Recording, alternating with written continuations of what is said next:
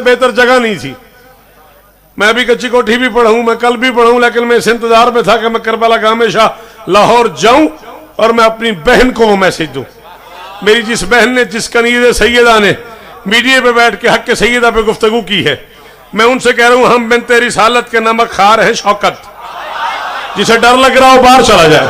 मैं कह रहा हूं हम बिन तेरी सालत के नमक खार हैं शौकत, जागे हुए जज्बात को सोने नहीं देंगे, और वादा रहा है मलका इस्मत की वकीला, हम तुमको अकेला कहीं होने।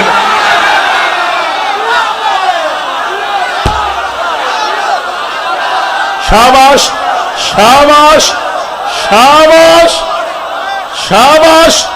जो घबरा गए उनकी मजबूरी है, बाकी ये दिल वहां से बोलो हैदरी।